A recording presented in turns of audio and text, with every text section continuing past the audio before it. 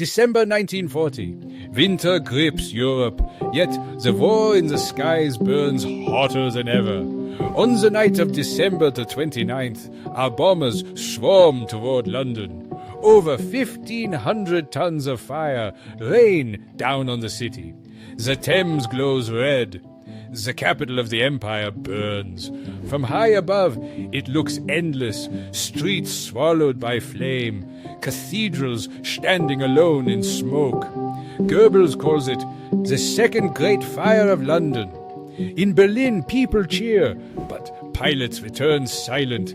They've seen what victory costs. The enemy still lives, still fights. Amid ruins, the British keeps the lights of their courage burning. And in the cold cockpits, we begin to wonder, how much more fire will it take to break a nation's will? Like and follow for more.